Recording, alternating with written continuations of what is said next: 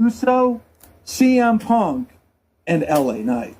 I'm blown away by the way we are starting the show this morning. Did you? Hold on. Did you expect the show to start in a different way this morning? I thought that there was the opportunity for the show to start a different way, but based on what we did not hear last night in Quebec City, we're starting off with the four-way. And right. this is how things can come to a grinding halt. This is how momentum stops in the wrestling business in an instant. And I think you know what I'm talking about. Yeah, and Bully, it is incredible because not just you and I yesterday morning, but I was listening to Sam Roberts, Not Sam Wrestling, right after our show, and I listened to Coach and Mark Henry. And most of the conversation all day here on Pro Wrestling Nation 24/7 was about Karrion Kross. And I'm sure from most of the phone calls we took, Bully, and what most people are saying on the internet, you took a side, I took a side, which made for, I think, very good conversation because I feel like you and I on the show yesterday kind of covered this whole story by every angle. You took the side of, hey, this could be storyline driven. Karrion Kross could have signed a new deal, and they're doing something a little bit storyline related, Unreal related with a Karrion Kross that could get an underground swell and get people talking about Karrion Kross, somebody that they haven't really done anything with since he's been on the main roster. I kind of took the side of, I think his contract's up, he's done, and, you know, good luck, and who knows, maybe one day you'll find yourself back in the WWE. And from the phone calls we took and from what people were saying on social media, mostly everybody, and I would say the vast majority of people sided with your take on it and thought I was crazy. I wonder, Bully, if those same people have the same feeling this morning. And it's crazy to start the show this way, or the way I was going, because for all the talk we had yesterday on Karrion Kross, I don't know if anybody during Monday Night Raw in the audience on social media, was the conversation dominated how we dominated the conversation? I don't think it was. Last night, there wasn't even a spattering of chants. I don't know if you heard anything. I heard almost nothing. And when I say almost, I think one time I heard a microphone pick up a faint at best chant, which could have been 3 people screaming it. There was a guy on social media that I saw this morning that was at the show. He says he's from New York. I don't know where he lives or if that's true. But I did tweet him and I said, hey, call in. He actually made a video either late last night or early this morning. And he's like, I'm sorry, guys. I did my best. I tried to get the chant started various times. I tried to do it during the Punk promo, which is stupid because Punk opened the show. Quebec City doesn't get Raw or SmackDown Live that often. You're not going to drown out Punk chants. But he did say, I tried to get this chant started a variety of times throughout the show, many times throughout the show, and it just never caught on. It didn't work. He's like, here's the sign that I brought. Here's what I tried to do. Nobody was having it. I told him to call in because I just like to talk to him firsthand about, what he was trying to accomplish last night. Was it an important night for Kross? Why was it an important night? For the same reason why it was an important night for R-Truth. That first Monday Night Raw, after Truth had, sent out that tweet about parting of ways, people were chanting, we want Truth in the arenas. You said you heard it loud and clear. I said I heard a couple of chants. Regardless, I definitely heard something for R-Truth. You definitely heard something. There was nothing for Cross.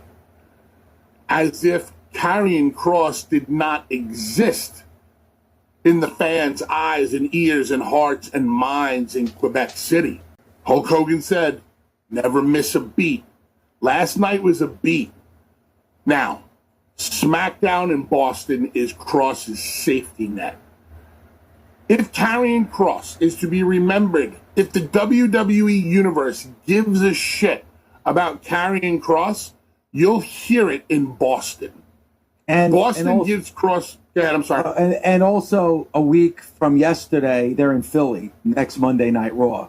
So you have an opportunity with back-to-back WWE shows in Boston, in Philly.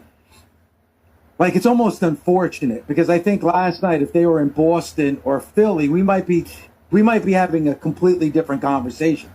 But Friday, as you said, they're in Boston, and then next Monday night, they're in Philly. Those are two shows that I think we're going to find out, Bully, if there is that groundswell interest in Karrion Kross coming back and being a part of the WWE. Like I said, yesterday we hit it from all angles. I don't know specifics, but if I was a betting man, I'd be willing to say that yes, Kross's contract was coming to an end, him and Scarlett. I believe that at the very least, the WWE reached out and offered him something to stay. I don't think Kross and Scarlett are is an act that they're just gonna let go just like that. We got nothing for you. Take care, brush your hair. Best of luck in your future endeavors. I believe that the WWE at the least reached out and offered them something. Whether or not that something was accepted or not, I do not know. Karrion Kross and Scarlett Bordeaux have put out their old email addresses accepting independent bookings. Let's see where these indie bookings go. Let's see how it goes on this book tour. Time will now tell. But as far as last night is concerned, out of sight, out of mind, and it happens very quickly in wrestling. I think Karrion Kross has to continue what he's been doing for the last 6 months, is DIY, keeping that going on his own. Like you said, he's on this book tour. I saw one or two signs in the audience. I saw somebody with a Karrion Kross t-shirt. I know Xavier Woods and Kofi Kingston are close. They actually write the forwards in his new book, Life is Fighting. And Xavier Woods, when he had the confrontation with Adam Pearce and they're going back and forth about Penta, at the end, he said, tick-tock, tick-tock, which was completely out of context from the conversation that was being had. That was obviously Xavier Woods' way of throwing out that type of a comment about Karrion Kross. It didn't really gain any. I didn't really see anybody even bring the attention. As a matter of fact, it went right over my head until Paul, our producer, brought it up before the show this morning, and then I went back and watched it. It didn't even click with me when I was watching Raw last night. Now, they were in Quebec City, but also the WWE did a really good job last night of keeping the fans' attention all show long, where you didn't really have that lull where you could start a chant for Karrion Kross. I mean, you start with CM Punk. Go ahead. You don't need a lull to start a chant for somebody who the WWE Universe is truly into. They didn't need a lull for R-Truth, and for 10 years they didn't need a lull for CM Punk. If the people want you, they're going to chant your name. I agree with that. But if there was a lull, and then you're giving the fans and their attention is diverted, you know how fans can take over a show if they're not liking what they see in the ring. But Raw last night, they gave you Punk and LA Knight, and they gave you Jey Uso, and then immediately gave you AJ Styles, and then right after that, they gave you Sami Zayn. They kept your attention throughout those 2.5 hours. And again, we're talking about Raw is no longer a 3-hour plus show anymore. So, they keep the hits coming, and they did last night. So you didn't have that lull. And now, what are you focused on, Bully? You're focused on August 31st because you have a 4-way match for the championship, and now, your attention is on LA Knight. And is LA Knight going to get the opportunity that he's never had with the WWE? And this is where I'm going to kind of end the Cross conversation. You said focus and attention. The fans didn't put any focus and any attention on Karrion Kross last night. The WWE did not put any focus or attention on Karrion Kross last night, other than Michael Cole saying the name Kross when he mentioned Sammy defeating him at SummerSlam. Other than that, nothing. If the WWE wanted to keep Kross's name alive in fans' eyes and ears, they would have done something. If Karrion Kross wanted to do something on his own, he would have released another video or something during Monday Night Raw. Anything. We got nothing. Silence. Quiet. No bueno on its way out. And that's a different perception than most people had this time yesterday. It's crazy how your opinion can change in less than 24 hours. But I agree with you. They would have done something like there would have been an hourglass in the background or something that would have been like a little bit of an Easter egg to be like, if you didn't catch it, if you missed it, no big deal. But enough people would have saw it that it would have started a little bit of a conversation on social media. And that leads me to bring up the TikTok by Xavier Woods. If that was pre-taped and they left the TikTok in, I find that interesting. If it was a live shot, that means he snuck it in. And since it was in the back, I don't know. I would have to think it was live because of the crowd noise, but it could have been a pre-tape. And if that was a pre-tape, then that's interesting because he did say tick-tock, tick-tock at the end of the segment. Now, back to your 4-way that you opened up the show with. Yeah, because I think now, like, your attention is on LA Knight. Because wouldn't you say that LA Knight is that wrestler that we feel like the fans are behind? And we get a lot of phone calls, especially over the last couple of years, Bully, like, LA Knight's over. The fans love him. But something might be missing, or there's a little bit of a connection that's not, 100% between performer and consumer. Now he's getting the opportunity of a lifetime. I know that he had a match with Roman Reigns, but I think we can all agree that was just like a one-off. Now there's an actual story connected to this match, not only with Seth Rollins, who he beat Seth Rollins at Saturday night's main event, but also with CM Punk, who is by far the most popular wrestler on Monday Night Raw. This is a major opportunity for LA Knight. I want you to grade LA Knight, his performance last night in the ring on the microphone against CM Punk. I would give him a solid B. Okay. Tell me what prevents you from giving him an A. It's the one thing with LA Knight is I haven't gotten from him that holy shit moment from LA Knight.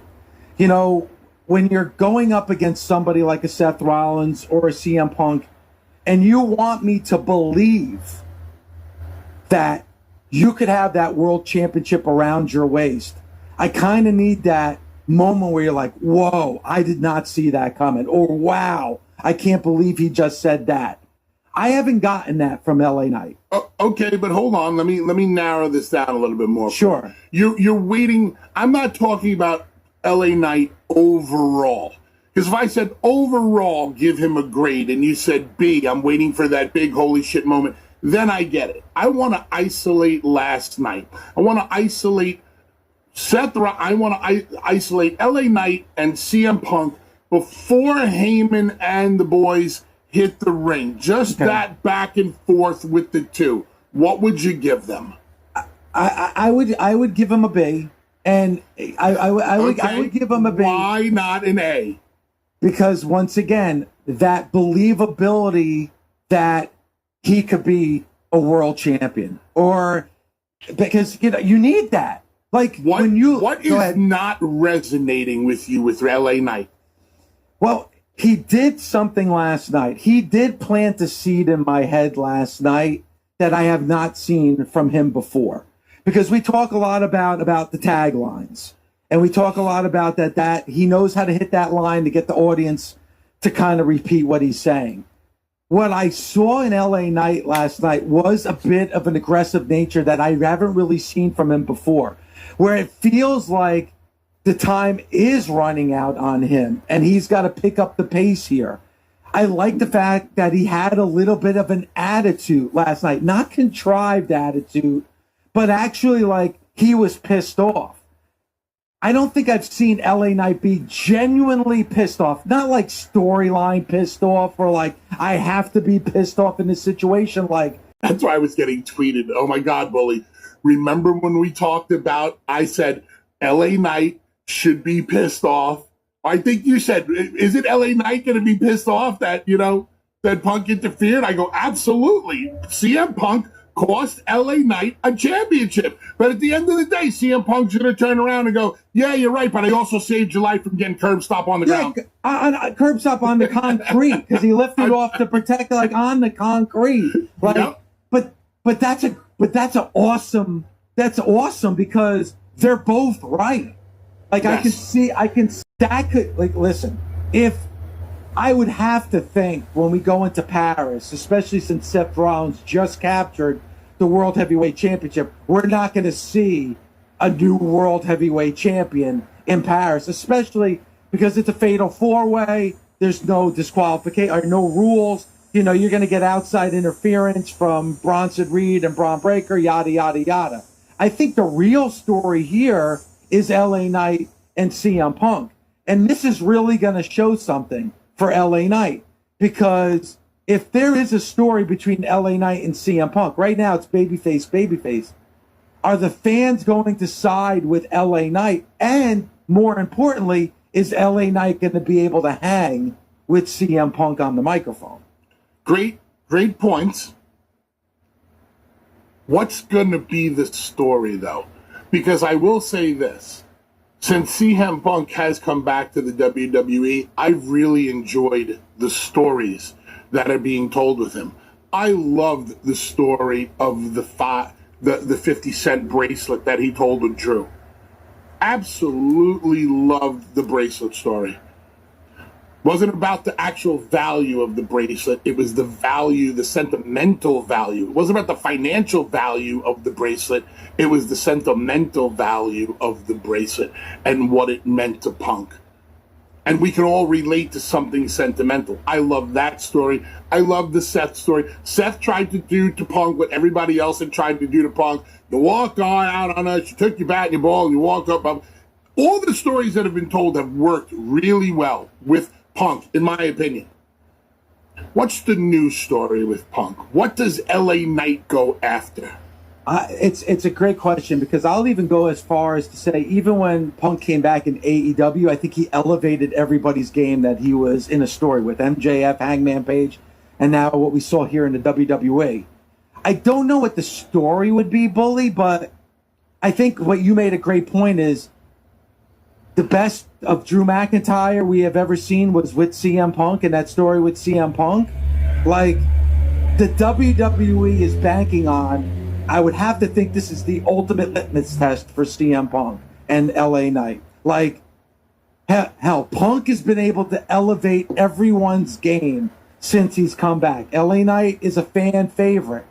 Can Punk do this for LA Knight, where coming out, whatever the story is, where LA Knight, we're going to be looking differently at LA Knight once this story with CM Punk is done? I wonder if Punk is, and I think Punk may have done this in AEW, you'd have to remind me. I think Punk may go down the road with Knight of, I see a lot of myself in you. Brass, chip on the shoulder, thinks he knows it all. You walk around with a swagger. Didn't Punk kind of do the I see a lot of myself in you with Hangman, or didn't he do something like that in AEW? To me, the best story that we've seen from Punk is the one with MJF where Max. Yeah, where MJF grew up as a Punk fan, and like Punk was like, I see a lot of myself in you. And then MJF talked about the personal stories, how he felt persecuted as a child. But when he would come home from school in tears, he'd look at that Punk poster, and that was his motivation. And then MJF turned around and gave him the old "fuck you," which was great. But I don't know. I don't think you could do that with LA Knight. Like, this is the problem with LA Knight. Are you going to turn LA Knight heel? If you turn LA Knight heel, then everything that makes him who LA Knight is, you're now stripping away.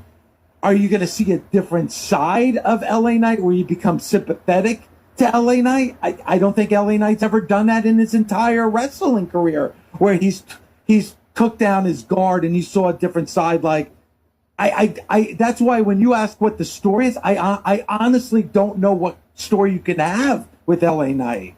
And I'm not putting you on the spot. I'm just asking you for your opinion. Like, what do you think the story is going to be? Because, yeah, if you turn LA Knight heel, you take away the whole LA Knight, the all that. I mean, people could still be doing it, but you're kind of fighting city. You know, you're kind of swimming upstream. Yeah. Turning Punk heel, I don't think that's a good idea at all. I think they're gonna listen. I suggested last week. You asked me about Punk versus LA Knight. This is the same day. The same day we talked about the verbiage, which they basically said the verbiage verbatim last night. You asked me, how about Punk versus LA Knight? I said, I think Punk will guzzle him on the stick. I said, what I'd rather see is Punk and LA Knight tagging together so LA Knight can get the rub. And lo and behold, last night we see Punk and LA Knight tagging together. I would love to see the relationship continue for a little while. Run parallel. They definitely don't love each other, but they definitely don't hate each other. There's always an animosity. I get a zinger in on you, you get a zinger out on me. I help you one day, you help me one day. I watch your back, you watch my back. This kind of love-hate relationship. Tango and Cash? Yeah, I understand where you're coming from, but I don't know. Like teaming just to go up against a Bronson Reed or a Braun Breaker, or like they're fighting against them. Like they both want to get their hands on Seth Rollins, but they have to get through Braun and Bronson first so they team up together to get past them. And once they get past them, then we see the tension again between Punk and LA Knight. I mean, I guess that's a way that you could go. If you put them against each other, here's the problem. I don't have the answer, but I can tell you what the problem is, at least in my eyes. The minute you put LA Knight versus up against CM Punk one-on-one, you've now asked the people to choose. And if you ask the people to choose between Punk and Knight, who are the majority of the people going to choose? Punk. And that puts Knight in a weird spot. So how do we make sure we don't put Knight in a weird spot where he doesn't leave steam? Keep him hip to hip, shoulder to shoulder with Punk. The one, it's funny. There is somebody else involved in this match, and that's Jey Uso. And it just feels like kind of Jey Uso's falling down that pecking order now. For a guy who's held that championship and won the Royal Rumble, it feels like, he's kind of fallen off just a little bit. I mean, Jey Uso is more popular than an LA Knight. All you had to do is be amongst the 60,000 fans at SummerSlam to realize that. But it feels like the focus now is on LA Knight and where they can go with him. Jey Uso's time might be up at the top of the card. Dave, who gets to the top of the card and stays at the top of the card for their career? It's rare. It's a very short list of people who are able to do that. Most people, especially like a Jey Uso, who came out of a traditional tag team, climbed the ladder, became successful, couple of championship matches, a championship run, right in the high. Eventually, the wave crashes onto the sand. Yeah. And the wave washes back out, and then another wave forms. a guy like Jey Uso is not going to stay in the main event picture for the rest of his career. He's not going to stay in world championship contention for the rest of his career. It just doesn't work that way. But he's one of those guys that you could put him back in that position, and there's credibility and there's relevance there. And, if you put Jey Uso back into the world championship picture, are you as invested in him as you were in the past? No, it would have to be the right story. But he's amongst that group of wrestlers, Bully, that you could put in that position. I think that over the next couple of weeks, the WWE is going to decide if LA Knight is one. They would throw you in the deep end amongst the great whites and say, swim or get eaten alive. It doesn't happen as much these days, but I do believe in this, last night, one-on-one with Punk, tag team, open the show, close the show, main event in Paris, 4-way. You better hang in that match in every way, shape, or form. If you don't win that match, if LA Knight doesn't win that match, which he's not going to win the match. No. This is LA Knight needs to come out of that match with everybody talking about his performance. Wow. Yes, Seth Rollins retained, but holy shit, LA Knight. When they go off the air in Paris, I would love to see LA Knight standing on top of the announce table with the entire arena, because you know how crazy the fans are in Paris. They like to do the sing-alongs. Oh, the last time they were there was one of the best WWE crowds ever. There might not, I'm getting goosebumps just thinking about it. There might not be a better city in the world for chanting and singing along as Paris is. End of the show, LA Knight standing on top of the announce table with people singing LA Knight's name or whatever songs they sing, or chanting LA Knight, LA Knight. Seth goes over, Knight gets over. But also it's important too, Bully, that they have a story in place for LA Knight once that match is over too. It can't just be like the match with Roman Reigns, like, all right, that he had a really good showing, that was a really good match, but then it's just LA Knight coming out of that with nothing there for him. There needs to be something significant for him coming out of that match. I agree, but you also have to create a moment for the guy that becomes memorable, right? Yeah. And then Jey Uso has the entire arena yeeting after the match, and LA Knight joins in on the yeeting. Yeah, and then, or maybe, and then the yeets go to LA Knight, yeah, or something like there's some kind of moment where they could share. It was, I believe, clotheslining Bronson Reed. And every time that he clotheslined Bronson Reed, the people would chant, yeah, okay? He's hitting another man, and they're chanting, yeah, all right? Bronson Reed didn't bump, got hit with another clothesline, yeah, got hit with another clothesline, yeah, then ducked the back elbow, flying clothesline, and then the people popped. They popped because he was able to take him off his feet for the first time.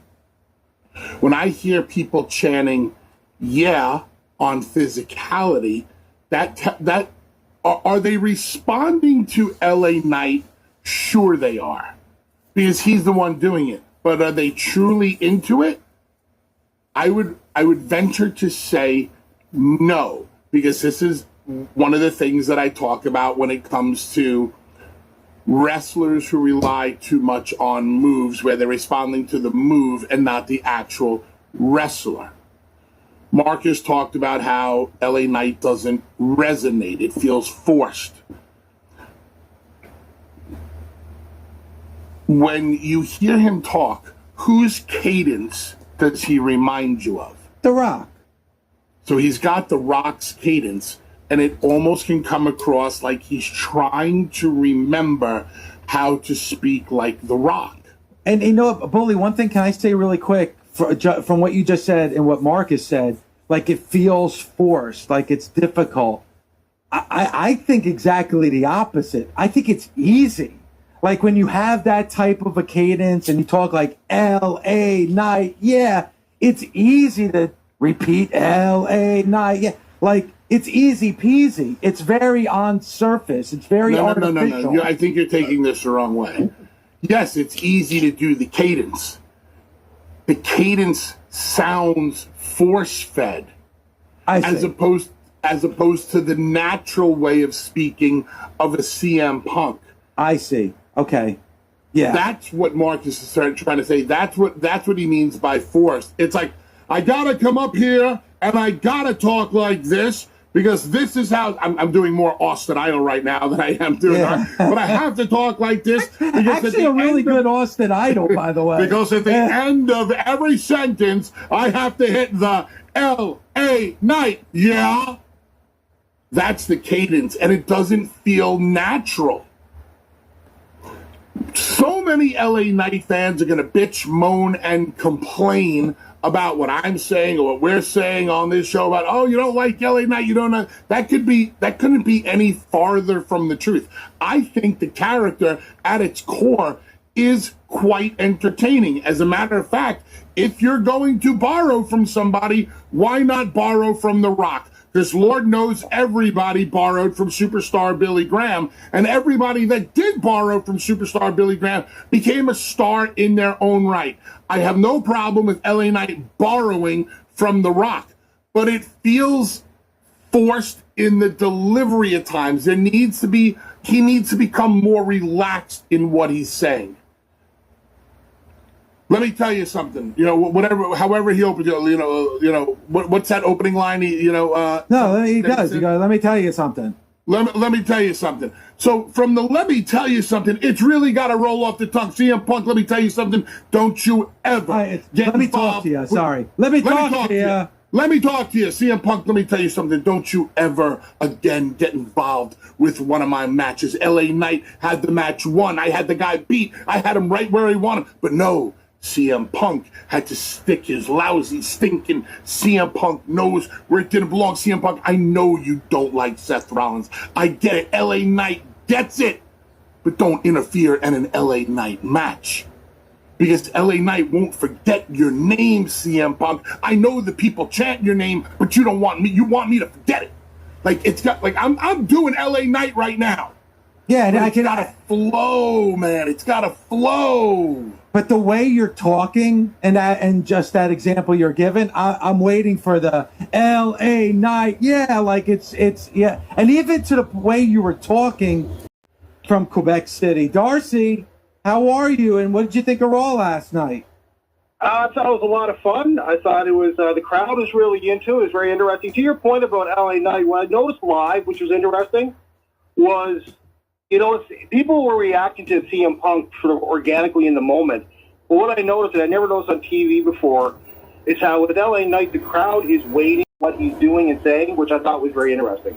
Yeah, and Darcy, and Bully, and Darcy, thanks for the phone call. Yeah. By the way, Darcy, really quick, did you hear any Karrion Kross chants last night? Not a single audible one. I noticed exactly one "We Want Kross" sign, but I never heard a single Kross chant the entire night. Now, and it's interesting that sign did show up on TV a couple of different times, and we've heard, Bully, like I'll use the LaGreca head as an example where that's been taken away by security because the WWE really wants signs that are reflective of what's going on with the show at the time. The fact that they didn't take that cross sign away, maybe that is a sign. Who knows? And the guy who had the cross sign is the guy that I messaged this morning on social media. The one guy with the one sign is the guy who tried to get the whole arena chanting last night. Well, you know what you should do is, have a busted open sign. But anyway, that will get more over. True. Bully, when it comes to LA Knight, and it almost sounds like we're saying like it's something bad, but LA Knight has done a really good job of getting himself over with what he's been able to do. Bully, not everybody can be a main eventer. Not everybody could be a world champion. Like, we grew up at a time that some of the most legendary wrestlers weren't frequent main eventers or even world champions. Like, maybe LA Knight falls into the category of great talent, great performer, entertaining, fans love him, but he's not just somebody that's going to be at the top of the card. I have just read a bunch of tweets. People that are listening to us, they're just like taking phone calls. Okay? People that can't call in. Like, here's one. I always thought that LA Knight was a great talent in the ring, not a great promo. He speaks in one volume, no ups and downs.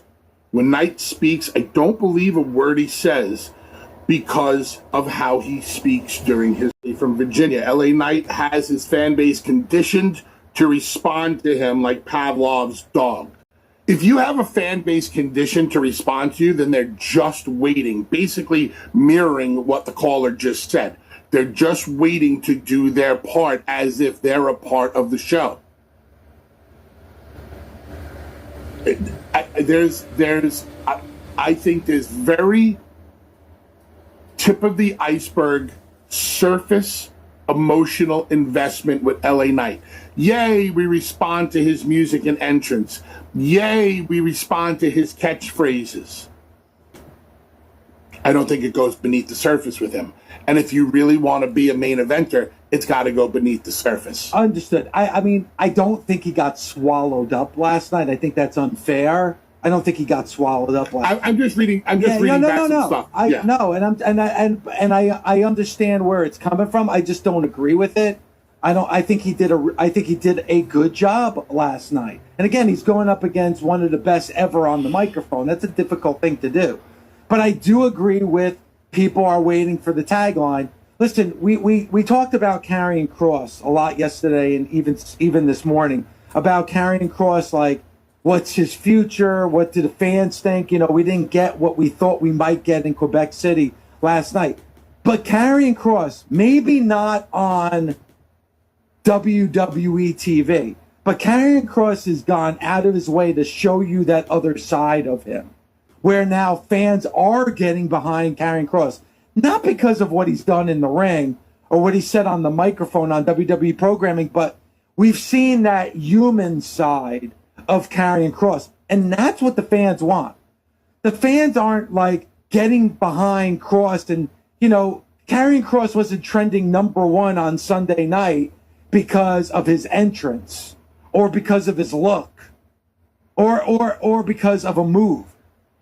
He was trending because he put out that video of showing that other side of him, and that's what's resonated with the fans. We have interviewed LA Knight a bunch on this show. LA Knight, we know, has been kind of frustrated at the fact that he feels like that he's over with the fans. He gets great reaction from the fans, but the WWE has never put him in that place where he's been given the opportunity to truly shine. He can't make that complaint anymore. Hold on. Go ahead. Just because we knew he was going to lose to Roman in Saudi does not mean that that was not the WWE not giving LA Knight an opportunity to shine. The WWE thought enough of LA Knight to put him in the ring with Roman Reigns. That in and of itself is a big deal. You could have put anybody in the ring with Roman Reigns in Saudi. We knew the outcome, but they gave him an opportunity. Let's see what he does with this. No, and now he's getting an even bigger opportunity now. What? But wait, whoa. What happened in the time between Roman Reigns and Saudi and now?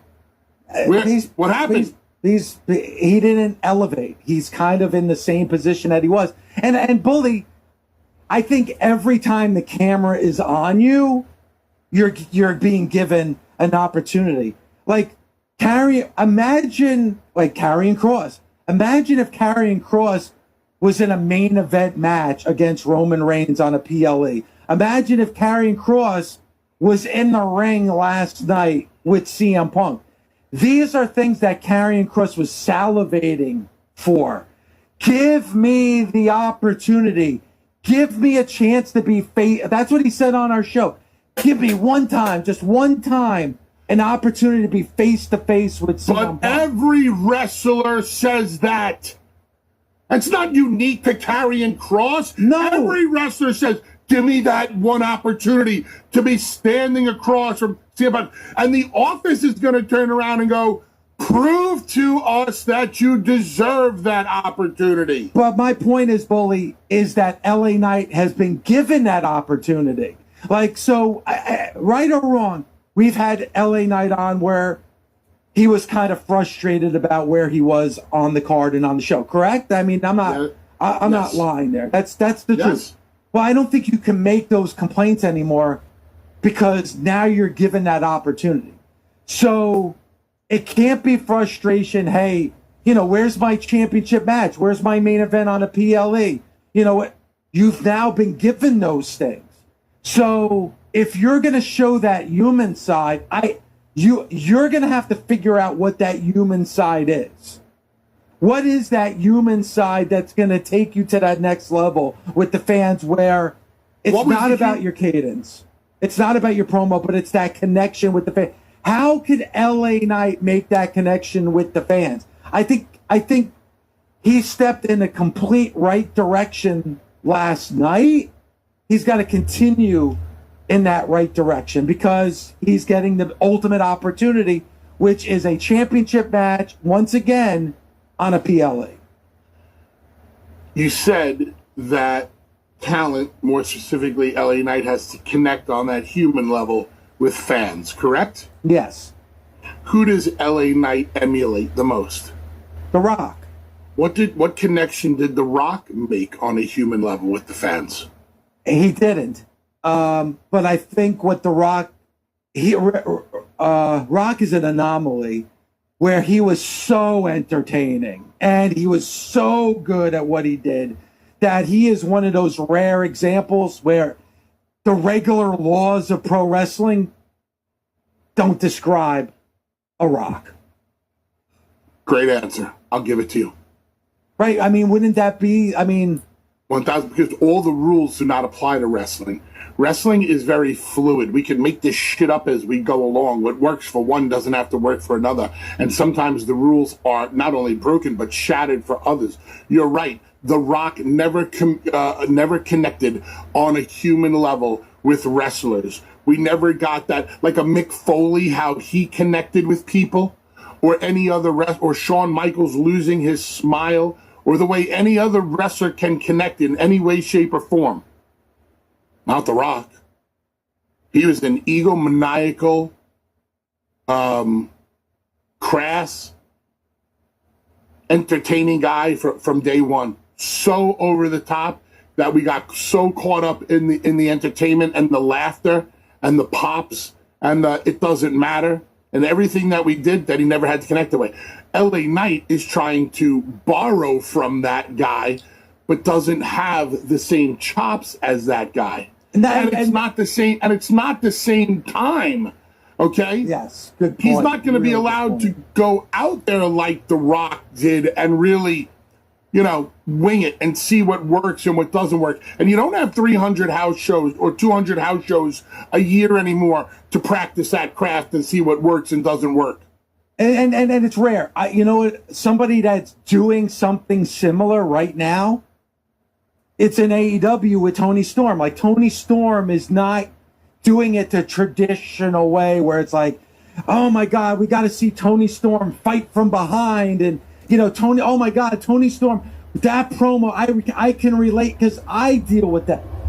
Or, oh my God, I didn't expect that to come out of her mouth. Like, she is playing it perfectly. But in the world of the WWE, Tony Storm wouldn't be able to do that. She's in the perfect place at the perfect time to do it in that way. But she's an anomaly. Not everybody can take that character and make it like she has done that. It's an anomaly. You know how I know it doesn't work for LA Knight? Because LA Knight has been doing this for years. And he's only gotten to one certain point. And Bully, that's fine. We're going to find out over the next couple of weeks if LA Knight can elevate to that short list of guys, or is he just going to be that mid-card guy winning mid-card titles that entertains the fan to a certain level? I think, is that fair to say? I think what's more fair to say is I don't want to see Toni Storm fight from behind. I want to see her hit somebody with her behind.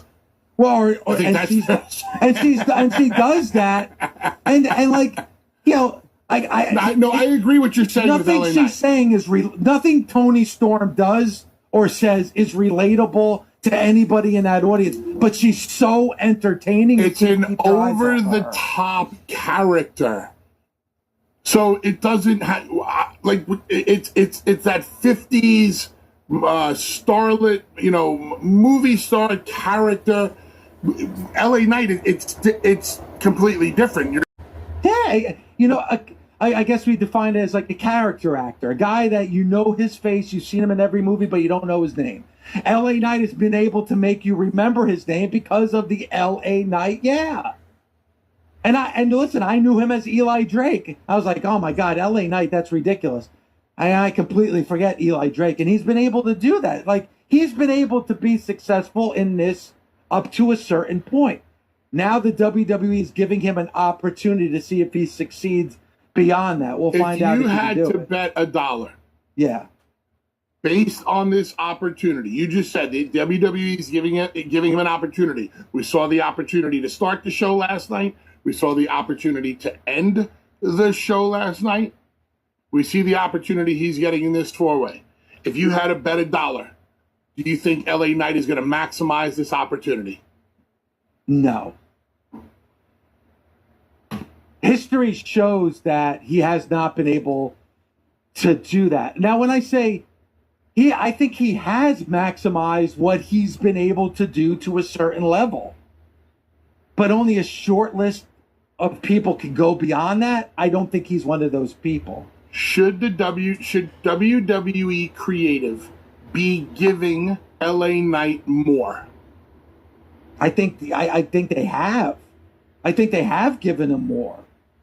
I mean, he's in the ring with CM Punk.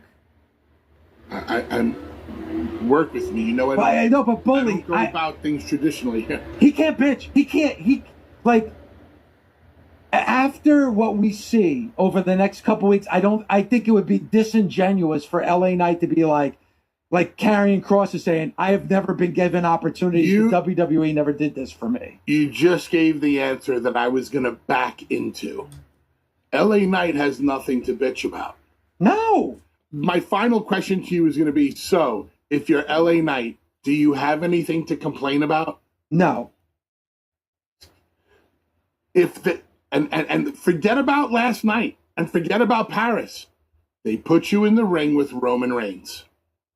Roman Reigns, in the eyes of the WWE, is the be-all and end-it-all right now. How do I know? Because Vince McMahon told me 10 years ago. Yeah, I know Brock is back. I know Cody, Punk, blah, blah, blah. It's Roman. Roman is, although you have to create chaos and confusion, and it has to be uncomfortable. One tsunami bomb doesn't do it. But I'll tell you this. If Seth Rollins is holding LA Knight's arms above his head, LA Knight's on the mat, and Seth Rollins has his arms, and Braun Breaker has his legs, and tsunami bomb after tsunami bomb, where LA Knight cannot even protect himself, and people are coming out from the back and trying to stop it. Recreate the same scene that you created with Seth Rollins, but go even farther with it. And then you can get some sympathy on the guy. Otherwise, you tell me in the traditional wrestling sense or untraditional wrestling sense how you get people emotionally invested in LA Knight beyond a bunch of taglines. It's to the point, Bully, and that I don't even know if I buy into the tsunami bombs. Like, he's a character. And in your eyes, get rid of him tomorrow. No, I'm not saying get rid of him tomorrow. Then what are you doing with him? I think there's certain wrestlers that can only reach a certain point, and that's fine. So what you're saying is that LA Knight is a career mid-carder, maybe a semi-main every once in a while. I think that's fair to say. And is that a bad thing? Not if you're getting a nice paycheck for it. Not everybody can be a main eventer. Now he's getting the opportunity to be a main event, listen. I could see CM Punk beating Seth Rollins and winning the World Heavyweight Championship. I could see a Jey Uso beating a Seth Rollins and winning the World Heavyweight Championship. I can't picture a world where LA Knight beat Seth Rollins for the World Heavyweight Championship. In your opinion, is LA Knight anything more than one-dimensional? I hate putting it that way because it sounds like it's a knock. He's a very entertaining wrestler that I'm into, entertains me. I love to cheer and I love to chant. Does he have layers? No. Are you emotionally invested in the man? No. When LA Knight is in front of you, what do you need to see him do? I need him to hit his tagline. Do you need to see him wrestle? No. I'm being honest here. Like, and that's fine. Listen, I'm not trying to like put you in a corner. I'm laughing because you're the fan, okay? You created the biggest pro wrestling show on the planet, and you're nothing more than a fan. And I say that in a complimentary way. It's the truth. And as a fan, I'm asking you questions as if I'm in the office and I walked out into the arena. I tapped you on the shoulder. And I go, "Excuse me, Mr. Fan, can I ask you a couple of questions?" And that's what I'm doing right now. I want to get into the fans' mind, dude. Quick story. The guy that was signing next to me at the autograph at Boston Expo, right? Okay. His line was ungodly for 3 days. I think his name was Meyer Lex. You know Meyer Lex, right? No. Exactly. He's a voiceover actor. He's a voiceover actor for some anime character. And I didn't get it. I'm like, how the hell is this guy's line ridiculous? I tapped one of his fans on the shoulder before he got there one day. I go, "What's the deal?" And they're like, "Oh, this is Meyer Lex," or whatever the frick his name is. He's a voiceover actor for the Punisher or whatever they said. And I'm like, "What's the big deal?" And they're like, "Well, he brings so much passion and so much energy to the character. He brings it to life and he makes me want to see it and blah, blah, blah." My point is, I tapped on that fan's shoulder and they told me everything that they loved about this guy's same. I'm tap holder. I'm asking you questions, and the answer to your questions make me believe that this guy's going to be stuck in mid-card for the rest of his career. And listen, They cared about Jey Uso a long, long time ago before his catchphrase. They have to make him care. And now how do we make people care about a babyface? We have to do something to this babyface. Or this babyface has to say something that truly resonates with us. Austin 316 means I just whipped your ass. Top of his head. But boy, oh boy, did it resonate with us. and it goes back to what I said at the beginning of this show. Like, he needs to have that oh my gosh moment, like where fans are like, whoa, whoa. Like, you need that needs to. Can it happen? It can happen. It can happen. Oh, you said it was kind of wishy-washy. It wasn't on SmackDown that Friday. You remember? That's where it was really like, holy shit, they drowned out Cena with the We Want Truth chants. So because obviously there's a direct correlation to Truth and Cena. If there is a safety net, there is a lifeline, there is a phone a friend for Karrion Kross when it comes to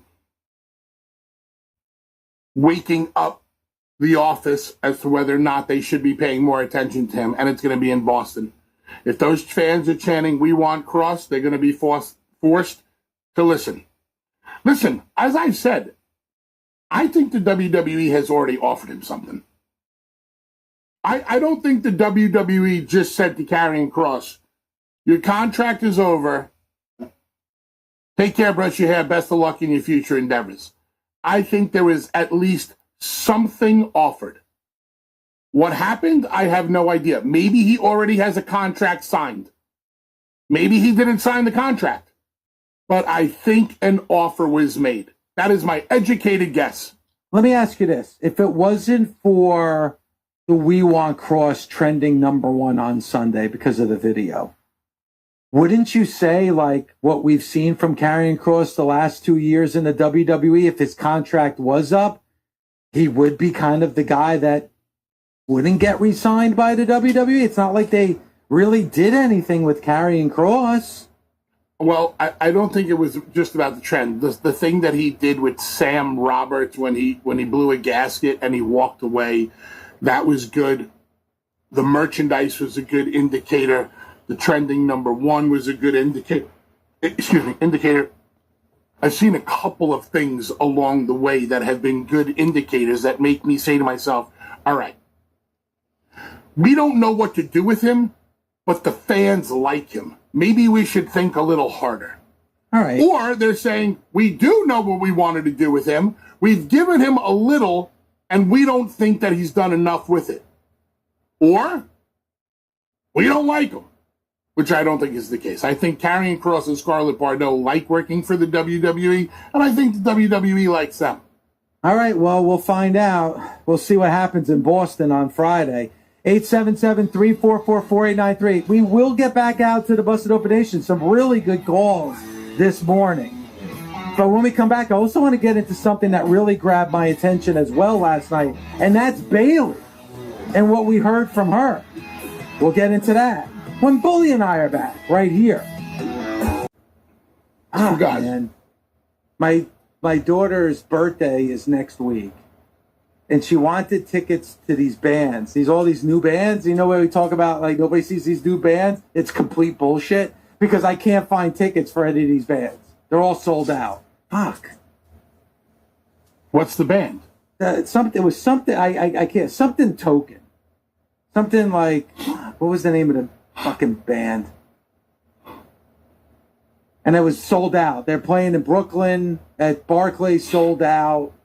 And then Ghost was just here, and that was sold out. I couldn't get a ticket for Ghost. They were sold out at the Garden and at Barclays. I got a friend, and he wants to take his Sleep Token. That was it. Fucking, have you ever heard of the band Sleep Token? I wasn't in the middle of a story already. No, but really quick. No, have you ever? No. If anybody needs me, I'll be over here in the corner. Have you ever heard of the band Sleep Token? What do you think? The answer is no. They're not coming around until like October and November. I can't find a ticket. Garden sold out. Barclays sold out. I even went to Philadelphia, sold out. Boston sold out. They're not coming around for like another 3 months. You know, every concert sold out. And Ghost, forget about it. I can't find any tickets for Ghost. By the way, go ahead. By the way, took your advice last week on Busted Open After Dark and had Ghost as the band of the night. What'd you think? Ghost, first ever band of the night on After Dark to be banned. Wow, you banned Ghost? Banned. I didn't even fit. We got through 2 songs, didn't even play the third one. I said, get it off. I think we played Night Ranger. By the way, Ghost is like huge. And what they've done, and then we'll get to Bayley. But you know what? And this kind of, you can relate this to wrestling. What they've done is that they've banned cell phones. but what from the very, I have a lot of respect for Ghost, though. I don't like the music, but you can respect the band. Those motherfuckers paid their dues and got themselves over.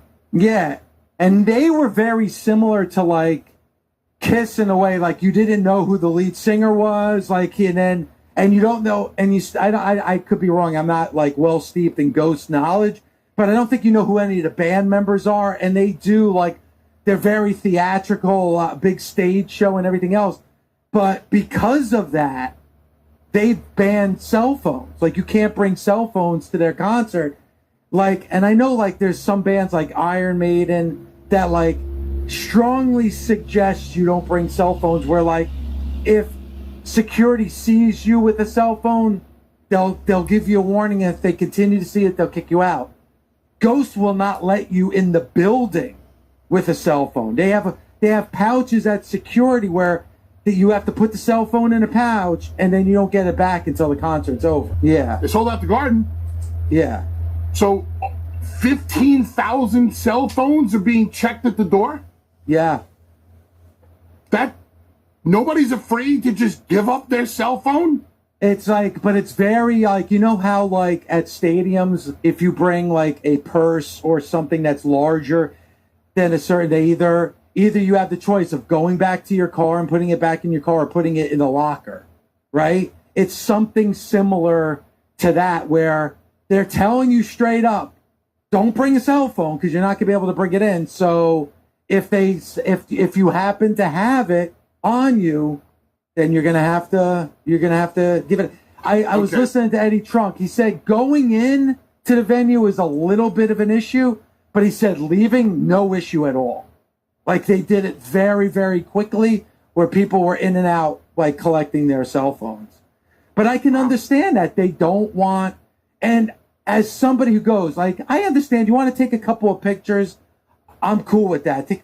But, like, at every concert, there's some asshole standing in front of me for the entire concert, holding up their cell phone, videotaping. Dude, seriously, how many times are you going back and watching that video that you recorded? Never. Well, most of the time they're recording it for bootleg. And I remember bootlegging was a big thing when we were, growing up. I would go to certain stores. There was a store in Japan, and Jericho knows this place very well. You might have even heard of it. It was called Airs. AIRS. Any band, any show, any place on the planet, you could find the bootleg audio or video in Airs. It was amazing. And you had professional shot from the soundboard, or you had fan shot. I've got so much stuff from there. And that's why people videotape this stuff. They bootleg it. Yeah, and listen, I get it. I understand that side of it, but I don't think the bootleg market is that strong right now, because everything is so available to you. But what they're like, I gotta admire a band like Ghost and like what Iron Maiden's doing, and the fact that, well, you know what, we don't want the surprise. Like, we don't want to spoil the surprise. Like, you're not gonna find out what you're gonna see until you actually buy a ticket and go into the arena. We don't want it spoiled for you, because, like, a band like Ghost, every song has some kind of theatrical theme to it. We don't want to give that up before the actual show. We want you to live in the moment and live in the now. You know who's a real ball buster about stuff like that? Garth Brooks. You can't, even if you go on YouTube, if you try to find a live recording of a Garth Brooks show, or just one song, Friends in Low Places or whatever, it's not there. He's got a team of people constantly scrubbing YouTube or social media, having content taken down. It's very difficult to find. I think one night I was just like, I like that song, Friends in Low Places. I was like, I'd love to see an arena full of people singing this song with Garth Brooks. I couldn't find it at the very least. Yeah, and as well. You want a memento of that night and that event, but I don't understand the constant filming on your phone, or that I don't get, because especially in wrestling, everything is televised. Like, you go to a Monday Night Raw, why are you holding up your phone videotaping a Cody's entrance when it's on TV? You can watch it at any time. Because they want to upload it to social media and see how many likes they get. Yeah, but you know what? Isn't it better to just remember it for what it was for you in that moment? But again, there are bands now that are trying to stop that from happening. All right, let's go back out to the Busted Open Nation because I do want to get to Bailey. Let's go to Aaron in New Brunswick. What's going on, Aaron? My call. Hey, what's up, buddy? Man, last night was a fun night, but I feel like I'd probably because I don't. All right, we're losing. Unfortunately, we're losing Aaron. Try to give us a call back. Let's go out to our good friend Drake in L.A. What's going on, Drake? What's going on, Dave? Uncle Bully, I haven't talked to you guys, and it feels like forever, so it's great to talk to you guys again. And, you know, before I go to LA Night, I really quick wanted to say I've been at a lot of shows, and sometimes, like, one of my parents will record a couple of things, but I really like to record this stuff, and I go and look back at it because obviously you can watch it on TV, you can go back and watch it, but something about just, like, having the view from your seat, like, recording it from where you were in the arena, it just, like, brings back that feeling and sort of that you had at the show. So that's part of the reason that I like to record, like, on my phone at the shows. But I don't, like, I'm not, like, super crazy about it. Like, when Jey Uso comes on, or, like, when, like, Roman or, like, Cody or one of my favorites comes on, then I'm locked in and, like, I'm trying to see what's happening. But, like, if it's, I do the pyro and stuff, like, because that's really fun. But then LA Night, I feel like they had lightning in a bottle that in, like, summer of 2023, and sort of, like, leading into fall where he did face Roman, and he even, like, he teamed up with John Cena, and I feel like they had something there, and at that time, I think it wasn't just a catchphrase, it was like the fans were legitimately behind him, and I feel like they kind of could have captured that with either Money in the Bank or even Money in the Bank the next year, but it didn't happen, and I feel like you guys might be right with he might be in the mid-card as sort of a catchphrase for the rest of his career. All right, Drake. Well, thanks for the phone call. And, you know, it's interesting, but like Drake said, he was in a team with John Cena, and he was in a main event match at a PLE with Roman Reigns. So, like you're saying, all right, I think they had a chance to capture lightning in the bottle. Well, isn't the lightning in the bottle teaming him with John Cena and putting him in a main event match with Roman Reigns? No. No? That's okay. That's not catching lightning in a bottle. No, that's a rub. But if you truly had lightning in a bottle, wouldn't that have catapulted something for LA Knight? Lightning in a bottle is knowing when a moment is going to happen. When you come up with an idea and you say, this idea is so good that when it happens in the ring or any place else in wrestling, it is going to absolutely hit. People will be talking about it, and we're going to capture it, and we're going to run with it for a while. That's lightning in a bottle, okay? Putting LA Knight in a match with Roman Reigns, or putting him tagging with Cena or with Punk last night, that's not lightning in a bottle. That's a rub. All right, so what? All right, kid, we're going to give you a taste. We're going to put you in the ring with guys that are bigger stars than you that you can rub up against, hopefully making you a bigger star. Now, is it up to creative to put LA Knight in a moment that could capture lightning in a bottle? Give me an example. It's not easy to create those moments. I can only talk for personal experience. Okay? I told TNA when the lightning would strike, and I had the bottle ready. The Dixie Carter thing. Yes. Dixie Carter through the table. Lightning will strike on this day, at this time, blah, blah, blah. We're going to catch it in a bottle. And it worked. Being able to catch lightning in a bottle these days, you have to know exactly what you're doing. So tell me, in your opinion, based on my definition of lightning in a bottle, the last time they caught lightning in a bottle. I guess the potential was there with Karrion Kross, but probably the one that probably grabs me the most is the Rock Cody situation, where they wanted to go in one direction with the Rock, but the Cody fans, because they got caught up in the momentum and the buzz, didn't let that happen. The night Cena turned on Cody was lightning in a bottle. Okay. That moment, remember, lightning in a bottle is about a moment. It's about a moment in time where it's like, whoa, the energy in the room at that moment is, you can feel it resonating. Before, almost right before, during, and way after. It's like an incredible sexual experience. If I had to compare it to something. Lightning in a bottle. They didn't do anything with that lightning.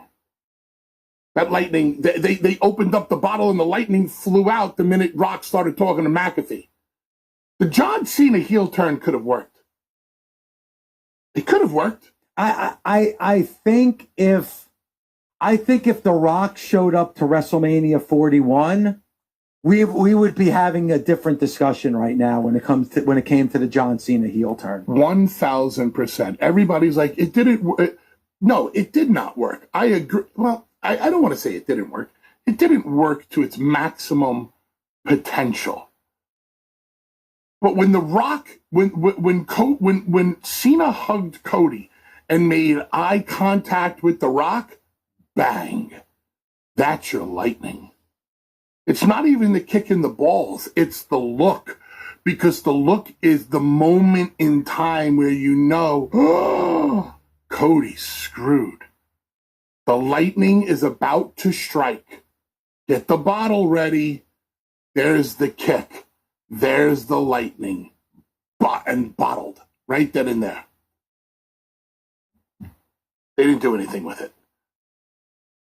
Back to what we were originally talking about, putting LA Knight in these scenarios. These are not lightning in a bottle moment. Now, we can create an amazing moment with the entire arena chanting LA Knight. That's a nice little moment in time. That's a nice little way to go off the air with the last thing that people remember is that crowd, that insane crowd chanting LA Knight. That's going to be very Pavlovian.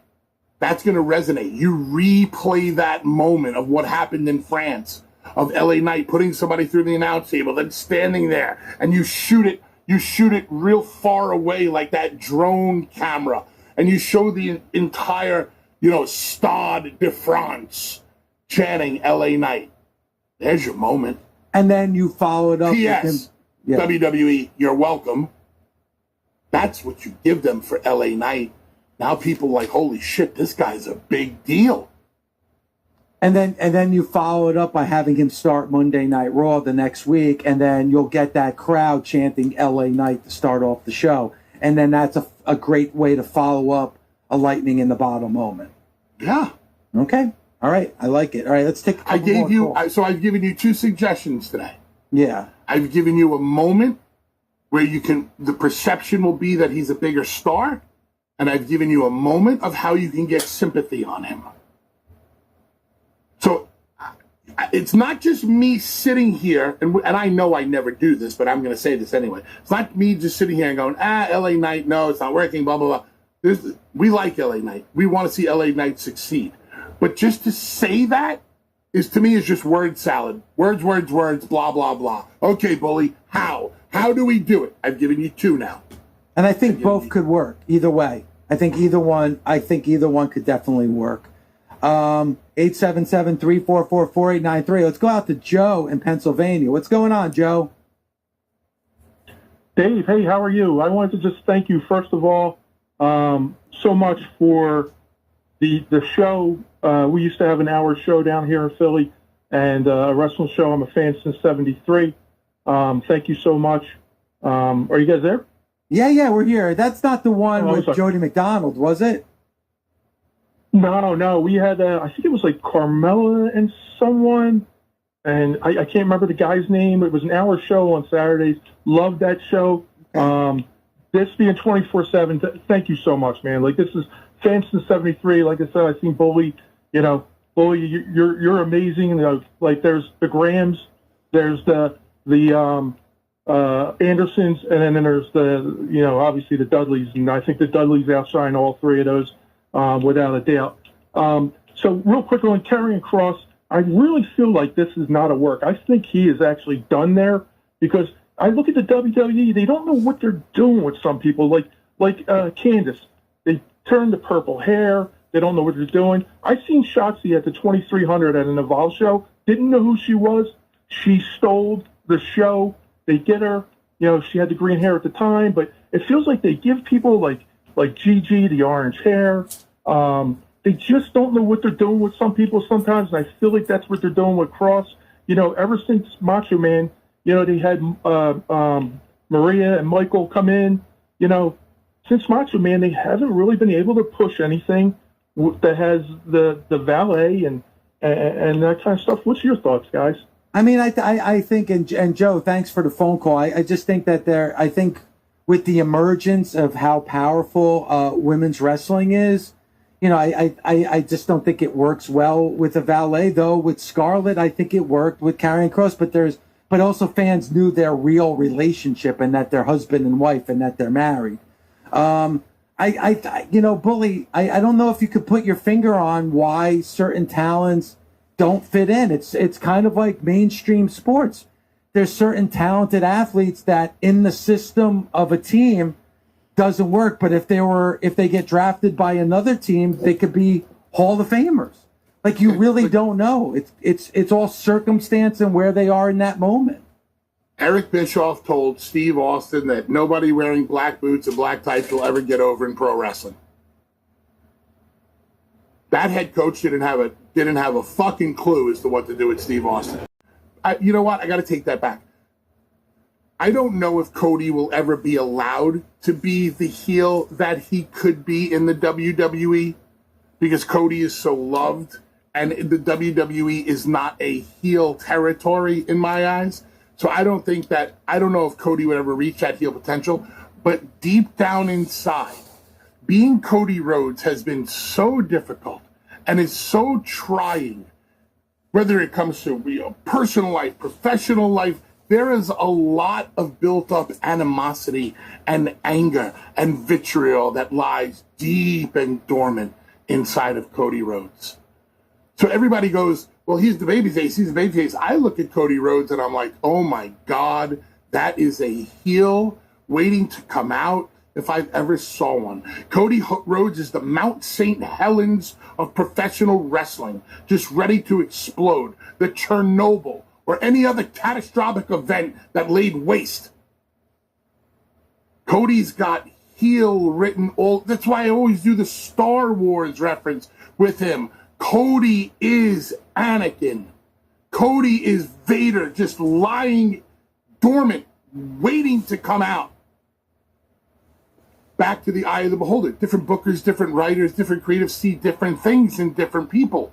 It's like, how was it not obvious? How did Eric Bischoff not realize what he had in Steve Austin? And you know what? I got to say the same thing for Cody with Vince McMahon. Like, when Dusty passed, there was a story where Cody was gone, and when he came back, everybody thought that the Cody that we were see come back was going to be a different Cody because Dusty had passed.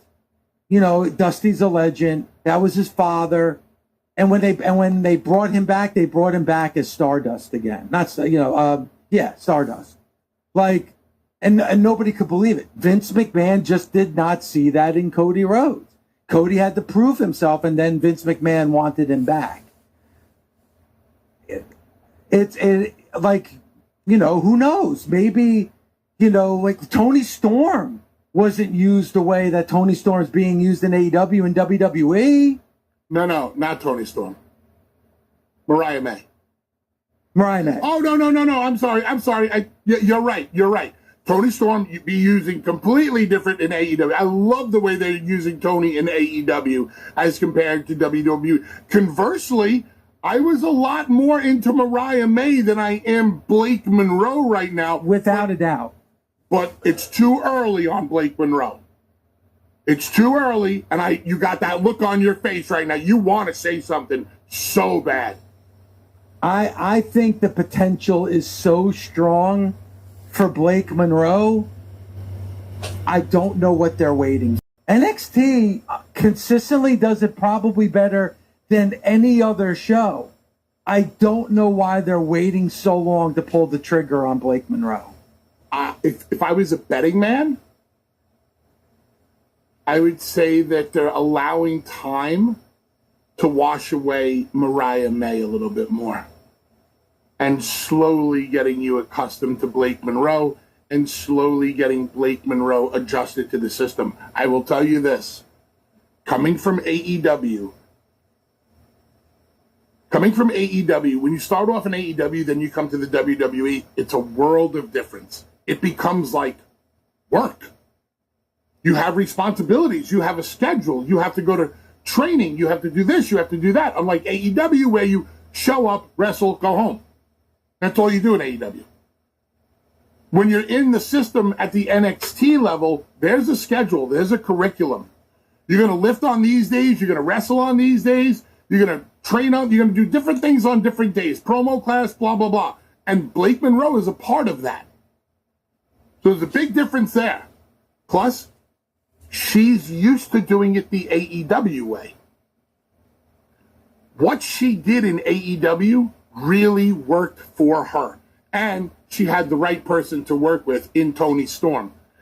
And the Tony Storms of the world and the Blake Monroes of the world, the Tony Storms, the Mariah Mays, and the Harley Camerons of the world all have something at their disposal in AEW that they don't have at their disposal in NXT.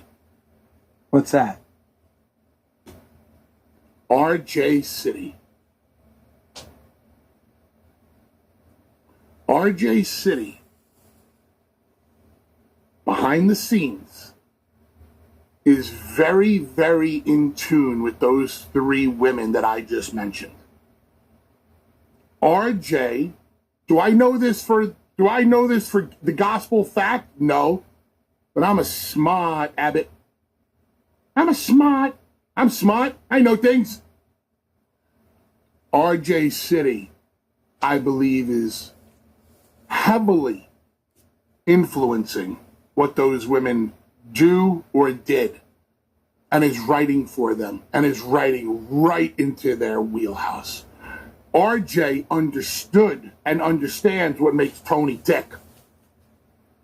All that throwback, Hollywood stuff, RJ's into that shit. RJ could have been the fifth Golden Girl. He loves all that stuff. So you can see RJ's creativity coming out through the character of Tony Storm. Yes, no? Yes.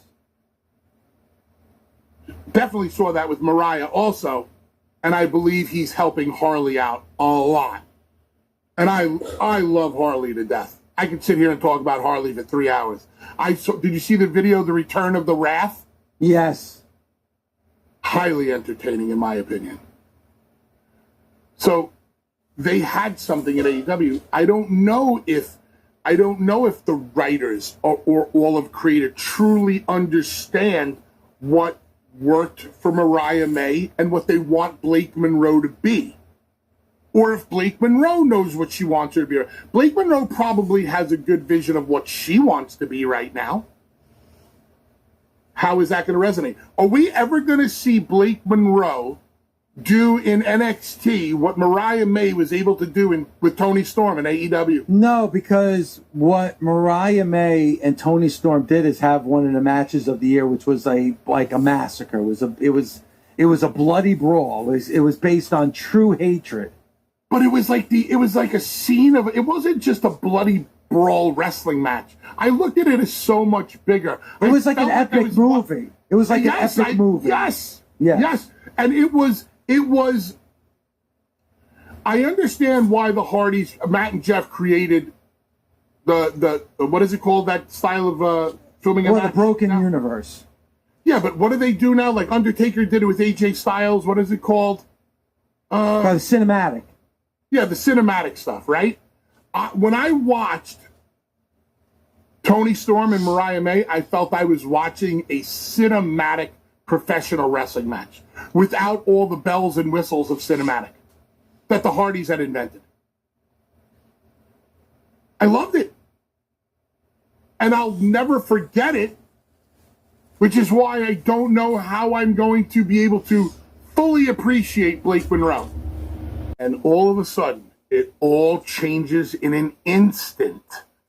Everything that you knew as a young wrestler, being allowed to do all these things and having all these freedoms, and now, no, you don't have this freedom anymore. Now there's structure. Now we're going to do things a certain way. Now you're going to learn how to do things, quote unquote, the right way. And this is why I always say ECW is the greatest place in the world and the worst place in the world. Greatest place because you can do whatever you want and experiment and do and say. But man, when I got to the WWE, it bit me in the ass. Despite all of the success that me and Devon had in WWE, despite Vince McMahon allowing a tag team from another company, another territory, to become their most decorated tag team of all time until the New Day broke the record. I died on so many hills there. It's still a joke with me and Undertaker to this day. Because I learned a lot from Undertaker. Taker taught me a lot. So Taker will bust my balls sometimes on LFG and I'll be like, gonna die on this hill too? Because there wasn't a hill I wouldn't die on at WWE. Like, hey, Bubba, you got 7 minutes for the match. I need 8. Bubba, you got 7 minutes for the match. No, you don't understand. I need 8. Bubba, Jerry Briscoe timed out the show. You have 7 minutes for your match. Mr. Agent, you don't understand. I need 8. Go back and get me another fucking minute. And that's how I would approach things at times. Because that's the way we approach things in ECW. So I didn't know what was right from wrong. I had to learn along the way how to correctly convey my message. Compromise, too. Compromise. My point here, it's not easy to go from AEW to WWE because there's not a lot of structure in AEW. Then you get to the WWE and it's completely structured. Dave, we joke around about the format. Paul does a really good job of putting a format together for us every morning. Yes. Like if I had never sat in a host chair before or a co-host chair before, and it was my first time doing this job, and I looked at Paul's format, I would feel a lot more confident going into the show because I'm like, okay, if I follow this format right here, I'll get through these 3 hours just fine. Right? Do we follow the format? No. Never. You even joke about it now, like, ha, ha, ha, I didn't even look at the format. I don't. Imagine if you had to. Imagine if you had to follow that format every day now. I couldn't do it. That's what it's like going from AEW to the WWE. And it's not even so much, and Bully, it's not even so much like when I say I couldn't do it. It's not that I would be like, I'm Dave LaGreca. I do things this way. I'm not. It's not about that. It would be like it takes away. It would take away what I feel I bring best to this show, which is the free form conversations that you and I have. If I was going by a format, most of the conversations that we wind up having would never happen because now I'm following a format. And it's kind of like that's what we mean by being overproduced. That's what we mean by being scripted. Now you don't have that freedom of your own creativity coming out in a creative way over a show. Now you're following somebody else's creative process of how they feel you should be doing the show. And that in that respect, it doesn't have to be Dave LaGreca. It could be anybody. If you're following a format